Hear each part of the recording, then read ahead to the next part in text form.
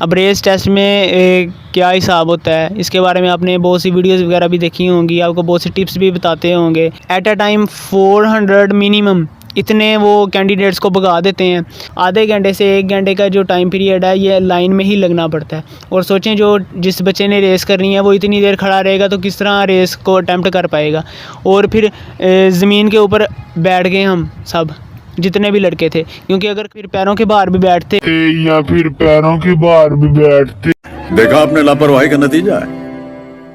तो सही नहीं था रहना, ऐसा ही है। क्योंकि वो फिर टांगे आपको पता है कि वज़न आ जाता है और सही तरह फिर भागा नहीं जाता। ऑफिसर आए हैं, उन्होंने हमें सारी इंस्ट्रक्शंस दी हैं कि आपने क्या क्या करना है क्या नहीं करना। यानी कि जब आपने भागना है तो आपकी जो पॉकेट में जो चीज़ें हैं आपकी, ठीक है, आप कोशिश करें अपना कोई फ्रेंड साथ ले जाएं, उसे पहले ही बाहर पकड़ा दें। अदरवाइज़ अगर आपके पास कोई भी चीज़ें हैं वो फिर रास्ते में गिरती जाती हैं। जब आप रेस करते हैं ना तो इतने कैंडिडेट्स होते हैं 400 450, जब आप भागते हैं सारी चीज़ें आपकी इधर उधर बिखर जाती हैं।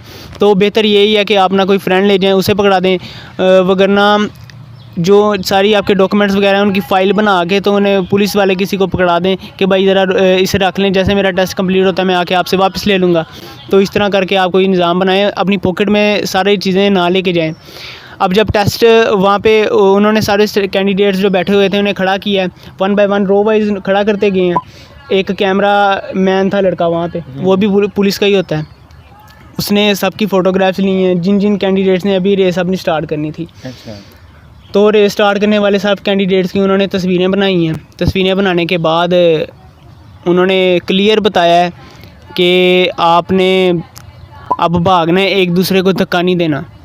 धक्का देने वाले जो स्टूडेंट्स हैं उन्हें भी रोक लेते हैं पुलिस वाले, जो एक दूसरे को कह लें कि किसी को पीछे करके आगे जाने वाला कब तक आगे जाएगा, कभी भी नहीं जा सकता आगे। तो एट अ टाइम जब वो स्टार्ट हुई है, स्टार्ट होते ही रेस सारे स्टूडेंट्स भागने लग गए हैं। वही जो गलती आपको मैं कह रहा हूँ कि नहीं करनी, बहुत से बच्चों ने की थी, अपने आईडी कार्ड हर चीज़ पॉकेट में डाली हैं और वो जैसे ही भागे हैं उछल के नीचे गिर गई हैं सारी। और जब आप भागते हैं तो पता ही नहीं चलता कि क्या हो क्या रहा है, इतनी ज़्यादा आवाम होती है वहाँ पे। तो अपने आप को संभल के रखना ये भी एक बहुत महारत है उस टाइम पे। एक दूसरे को इधर उधर देखना नहीं, बस आपने अपने हिसाब से भागते रहना, ठीक है। अच्छा, जो हमारा टाइम पीरियड है वो भी बहुत कम होता है, तकरीबन 6 to 7 मिनट्स। इसके अंदर हमने 1.6 किलोमीटर जो होता है उसे कंप्लीट करना होता है। कोई डिफ़िकल्ट बात नहीं है, ठीक है। पानी ज़रा कम पी कर जाएँ। सुबह जब आप उठते हैं ना, सुबह फजर टाइम, उस टाइम थोड़ा सा पी लें। और उसके बाद खाना वगैरह भी अगर खाना है तो बहुत कम खाएं, ज़्यादा ना खाएं, ठीक है। ठीक है, ठीक है, आपको पता है क्योंकि आपने भागना है तो उस हिसाब से अपना ज़रा खुराक वगैरह मेंटेन करके जाएं कि ज़्यादा भी ना खाएं और बिल्कुल भूखे भी ना चले जाएं। वहाँ पे आपको रेस के टाइम चक्कर आने लग जाएं। जोर जोर से बोल के लोगों को स्कीमें बता दे। हर बंदा यार आपको वहाँ पे ना कह लें कि इनकरेज करता है कि भाई भागते रहो, आपने थकना नहीं है, टाइम अभी पड़ा हुआ है, आप भागते रहो। और मैं तो हकीकत बताऊँ तो वो उनके इनकरेज करने की वजह से ही हर बंदा वहाँ पे रेस अपनी कंप्लीट करता है। जब भाग रहे होते हैं आप तो अपना मुंह ऐसे ऊपर की तरफ नहीं उठाते, हमेशा नीचे की तरफ करके नीचे की तरफ मुँह रखना है आपने और बस भागते जाना है अपनी डायरेक्शन के, ठीक है। और बस भागते रहना है, आप रेस कंप्लीट कर ही लेते हैं। जो बच्चे थक जाते हैं, उनके सांस फूल जाते हैं और इस तरह के उनके साथ हो जाते हैं मसले, वो बच्चे ही हैं जो कि रह जाते हैं रेस टेस्ट के अंदर। वरना रेस टेस्ट कोई डिफ़िकल्ट नहीं है, अपने मुंह नीचे करके सिर्फ भागना है और मुसलसल भागना है। आपका मुसलसल भागते रहना ही आपकी कामयाबी का बायस बन जाता है। तो अंदर जाके उन्होंने हमें एक और रोल नंबर स्लिप्स दे दी हैं। रोल नंबर स्लिप मिलने के बाद रेस टेस्ट का भी पता चल गया कि जी क्लियर हो गया। शाबाश बेटा। अच्छा जी, अब रिटन टेस्ट की बारी आई है। रिटन टेस्ट फैसलाबाद का हुआ था इकबाल स्टेडियम के अंदर। तो इकबाल स्टेडियम में जब टेस्ट है उससे तकरीबन 2-3 घंटे पहले ही वहाँ पे जाके मैं बैठ गया। धुंध थी, सर्दियों का मौसम था, इंतहा की धुंध थी और कुछ भी नज़र नहीं था आ रहा। इस वजह से जो 9 बजे टेस्ट स्टार्ट होना था वो जाके 12 बजे स्टार्ट हुआ। अच्छा जी, अटेंडेंस अब लगने के बाद टेस्ट जो है वो स्टार्ट होता है।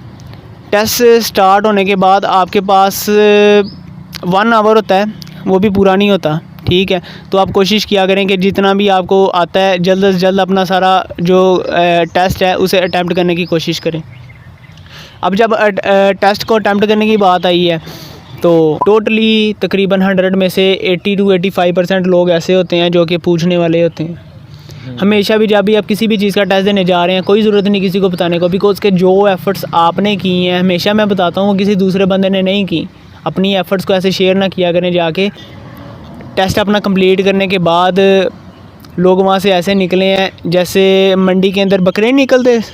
मतलब ज़्यादा लोग थे। ज़्यादा लोग वहाँ पे तो ऐसे जैसे कोई दाता साहब के दरबार आए हुए हैं।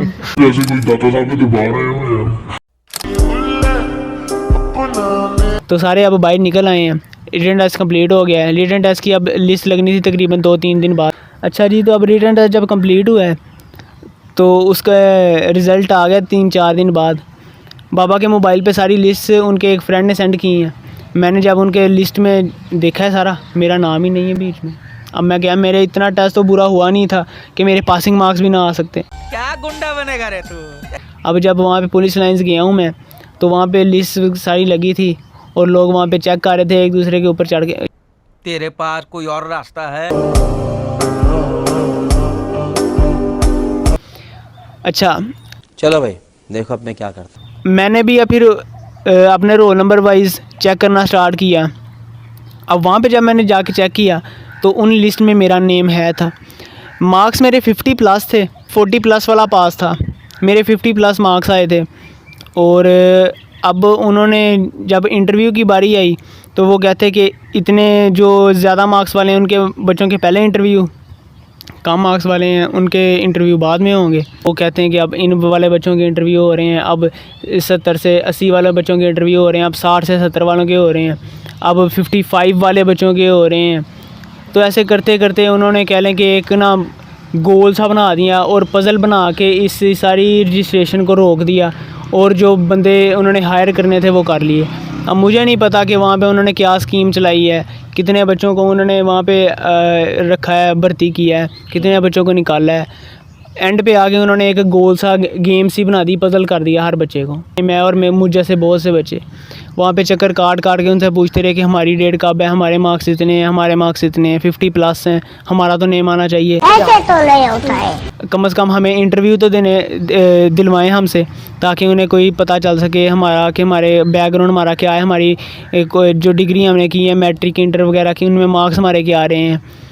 तो इस तरह करके उन्होंने पज़ल कर दिया है। एक्सपीरियंस मेरा शेयर करने का मकसद ये है कि आप जब भी इस तरह किसी भी चीज़ में अप्लाई करने का सोचें या आपका इंटरेस्ट हो, आप अभी मैट्रिक या इंटर के स्टूडेंट हैं और अप्लाई करना चाह रहे हैं, तो कोशिश करें कि अपनी स्टडी को स्किप ना करें, ठीक है। मैं क्योंकि अपना 1 साल इन चीज़ों में इन्वेस्ट कर चुका हूँ, तो आपसे यही गुजारिश है कि जब भी आपका इस तरह का माइंड बने तो आप अपना टाइम वेस्ट मत कीजिएगा। ये सब चीज़ों में अप्लाई करें। मैं अप्लाई करने से रोक नहीं रहा, अपनी लक आजमाना चाहिए हर इंसान को, हार्ड वर्क करके लक आजमाना चाहिए, मगर अपनी स्टडी को पॉज ना करें और अपनी स्टडी कंटिन्यू रखें। इन टेस्ट में साथ साथ अप्लाई करें। Okay, wish you best of luck and अल्लाह हाफिज़। मिलते हैं नेक्स्ट वीडियो में।